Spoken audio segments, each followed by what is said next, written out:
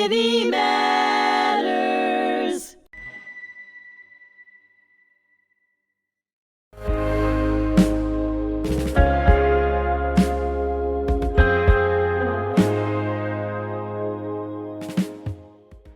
Hi, this is Bernie Furshpan at HMTV, host of Ordinary Heroes, right here at the Holocaust Memorial and Tolerance Center.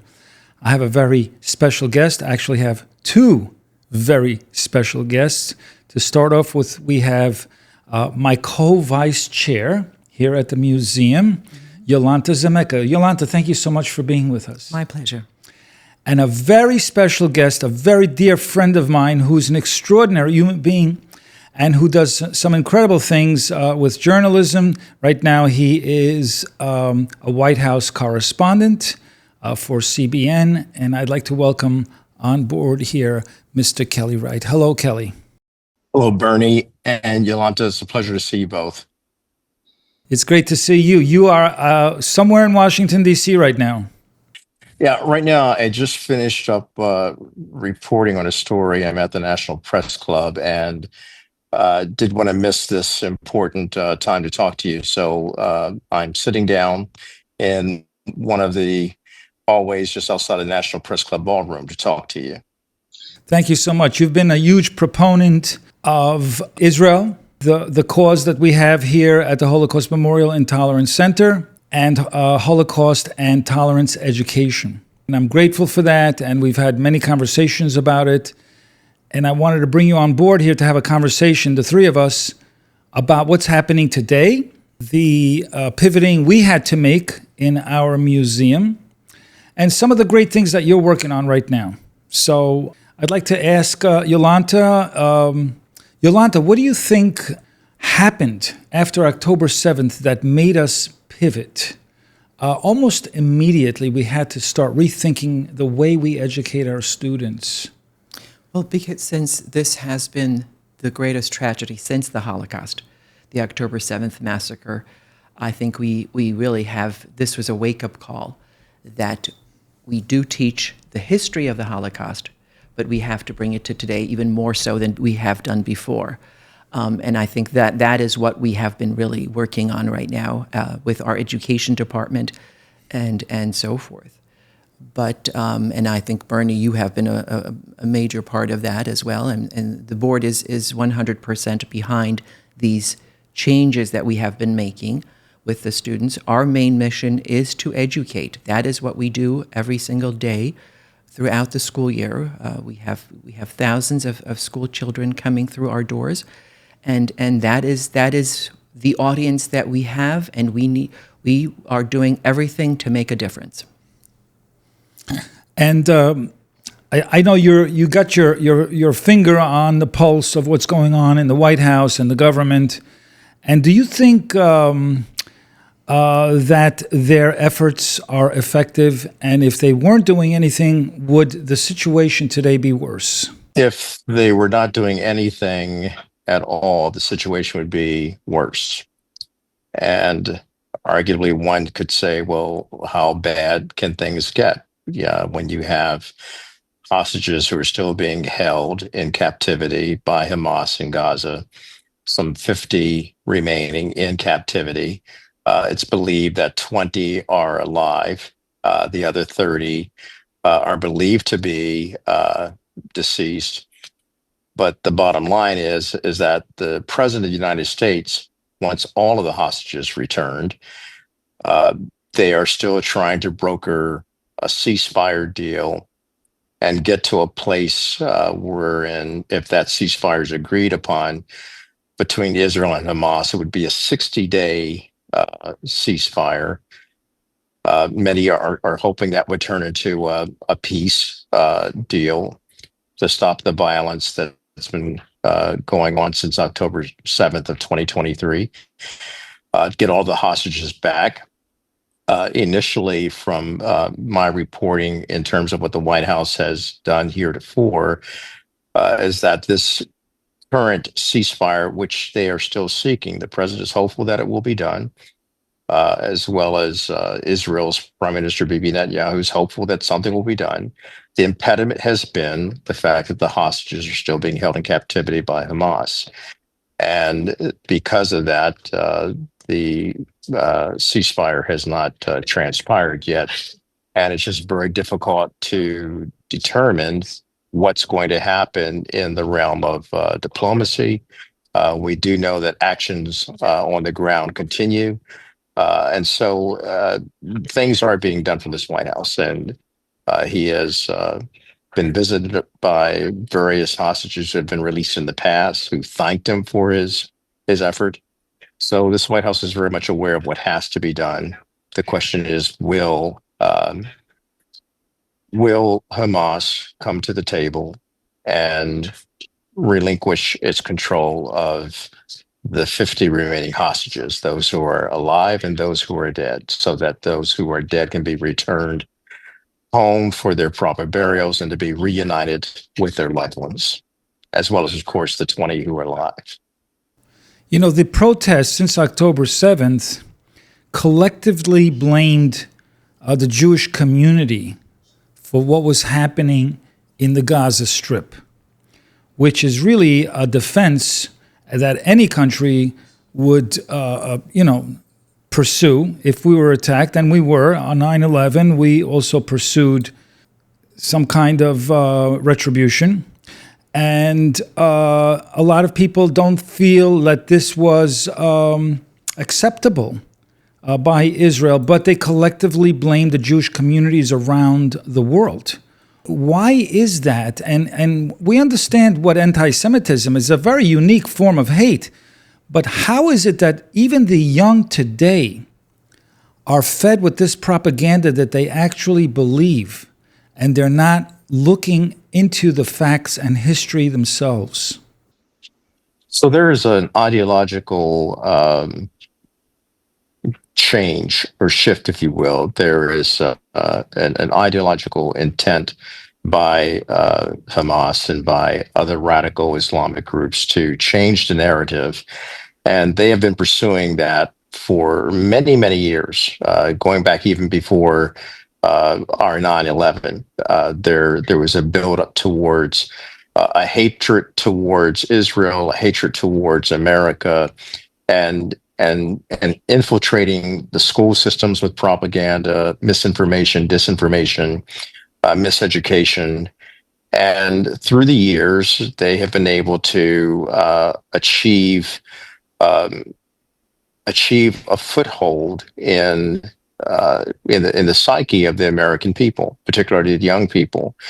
And from an ideological perspective, they've been able to get into these particular situations wherein you see it being promulgated on the streets of America, where people on college campuses in particular are protesting against Jewish students and chanting death to Israel, death to America.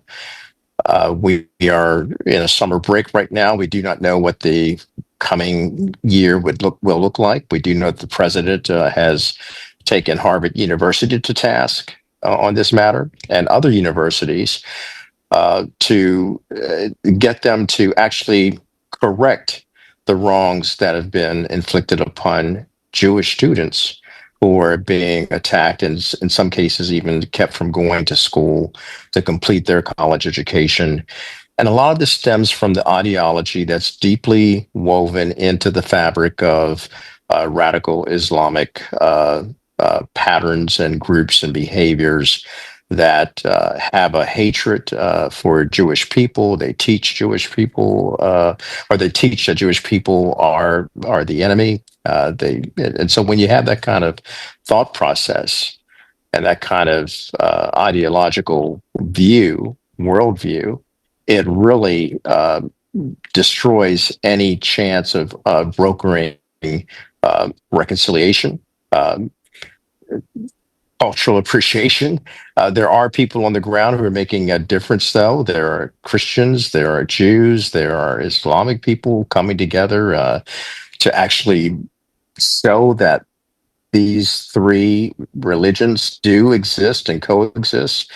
But beyond the scope of these religions, the mainstream religions, is that extremist behavior and that extremist pattern that we see from radical Islamic behavior, and it goes all the way up to some of the highest heights of their leadership. And then with the money that they've invested in pouring out the propaganda on American people and even the Western world, we can see that it has infiltrated and actually poisoned the well, if you will, for people to really stop and think about October 7th and to really understand their history in terms of the Holocaust during World War II, and to really understand that for 3,500 years, Jewish people have had to fight for their right to exist. Christians in many parts of the world have had to fight for their right to exist. Moderate Islamic Muslim people have had to fight for their right to exist. And until we get to past this ideological evil that's been going on, we will have this problem where people will still try to violate the rights and freedoms of Jewish people, of Christian people, of moderate Muslims, and the people of hate will inflict more hate. That is why we have this impasse because of the hatred that exists, and that has to be dealt with in so many ways: geopolitically, diplomatically, militarily, but more importantly, even through the power, as I believe, as a man of faith, through the power of prayer and praying that God intervenes, and that we really truly learn that we must learn to live together as brothers or perish together as fools. Well said. Well said. I also like to include that the Druze community also have the right to exist, and they need to be recognized. It's ironic that Israel was the only nation to help, protect them and rescue them from slaughter in Syria just recently. Let's turn a corner here and talk about some things that we're doing to make a difference. Well, I think that we are not addressing this situation seriously. I believe the only way that we can address this is on the university level and have serious discussions with the Middle Eastern studies professors, with Jewish history professors, and so forth, and have a dialogue, because only through dialogue and only through facts, because right now we are in this incredible world of misinformation, of propaganda, and we are losing that war, and it has become almost it has become a war. If we can start having intelligent conversations on university campuses with various departments, including students, and really hear the grievances, and then counter those grievances with facts. Because right now what it is that students are protesting. The fact that they have a voice to them is very appealing. When you ask them before that, there was this whole thing from the river to the sea. When you ask them what river, what sea, they have no idea. They really don't. But they are part of a movement, and they want to be a part of a movement. I'm old enough to know, I have lived here since when we had the Vietnam War, and I took part in protests of that. We students at that time wanted to be part of a movement. This is a movement for a misinformed movement. And I think we have to get serious. It's not comfortable, but we need to have that conversation on campuses, on all of these campuses, so that so that the students and the public understand that. We haven't done that. And I think that is something that is a challenge that I would love to have, raise as something that this is what we can do. We here at the Holocaust Center are willing to facilitate these conversations here, of course, on Long Island. Our education department is a very strong education department. I welcome that challenge. Well, I welcome you for bringing that to the forefront, but I must tell you that that those attempts were made at Columbia. Uh, Both of you lived in the New York area. I recall when I was hosting my show, America's Hope, uh, and we taped in New York, and it was during that awful an awful period of time wherein people did try to talk to the students, but outside agitators infiltrated the school, merged in with the students, and prevented any dialogue, substantial dialogue, to make some difference. And what ultimately happened, because of those several attempts being made, and the continuation is still going on, which is why Columbia, I think, has. I hope that it's turned into a different direction now, where this dialogue can be had. But I must tell you that in full disclosure of some of the facts that are out there in terms of reporting and seeing what's happening there, when those attempts have been made by Jewish students and Christian students and Muslim students who say, look, what are we doing here? We are students. We want to go to college. We want to educate our minds with the right kind of information and appreciate each other. Those are the ones who have been yelled down and put down and silenced, which is why you had President Trump step in to start trying to have the leadership of those universities do something that would quell that kind of activity in order to bring about respectability, and then having those dialogues that can lead to common ground and a common hope for the common good of all the students on those universities. So I applaud you in wanting to do that, and would tell you that keep doing that. But it also requires getting into those halls of higher education to make sure that the leadership is not allowing outside infiltration that will agitate the students and manipulate those students in order to prevent more violence and more anger and hostility towards Jewish students or towards any student that is trying to assist, help, and bring about reconciliation and healing. But it has to be done with professors. It can't be only a student movement. It has to be also done with experts in the field, in their respected fields. So it would be a collaboration of all the professors, students, and so forth. And I think that would be important also to yes, it is something that we just need to keep on trying, because the alternative is not acceptable. To Kelly's point, the conditions have to be right so that everybody feels safe and they can speak freely without any agitators involved at all. So I would like to just turn the corner a little bit and just talk a little bit about you, Kelly. You're a multifaceted, multi-talented guy. I know you for a long time, and you have an incredible voice and a singing voice that is filled with love and spirituality and faith and hope. And you're part of an event that's going to happen on December 22nd, which Jolanta knows very well about. I want you to know that there's a connection here, because Jolanta actually is the one that brought me into this organization, this orchestra organization here in Long Island, and she got me involved with the Jerusalem Academy of Music and Dance. Yeah, so her and I created an event, the Symphony of Hope, which was a very successful concert here in Long Island to benefit that school. And on December 22nd, you'll be featured at a very hopeful day at that academy in Jerusalem. Yeah, December 22nd, which would be it's a great time. It's a great time of seeing. I was alluding to this earlier, where Christians, Muslims, and Jews are coming together, and they're coming together in the power of love and hope and faith and music. And music is always a universal language that brings people together.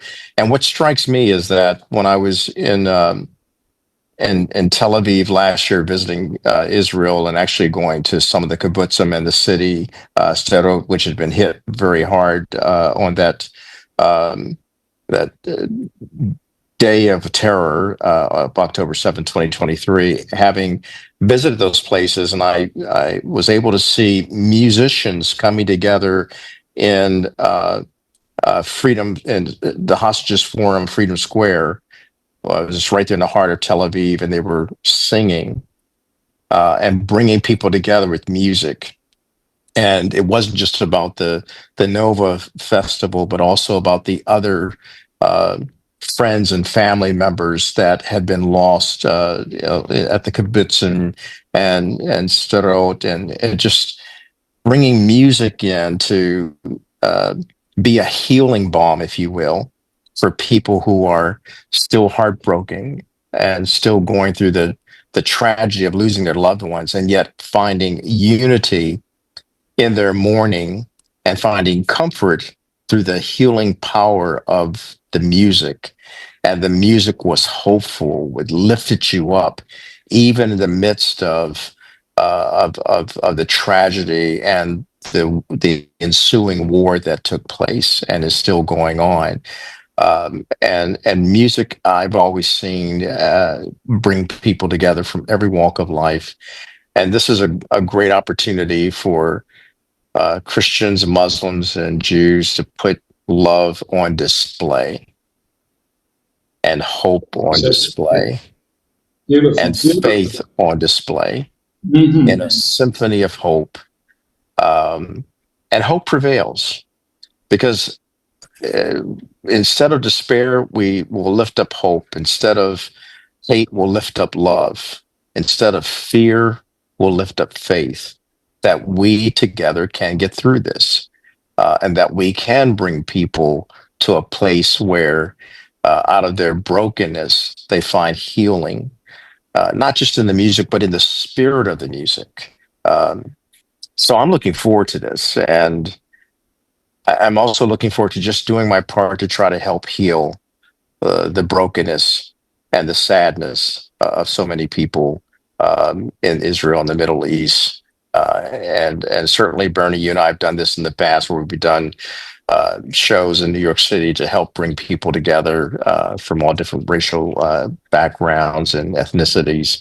And it's just a pleasure to team up with you and do this again for something extremely important and certainly timely and definitely needed.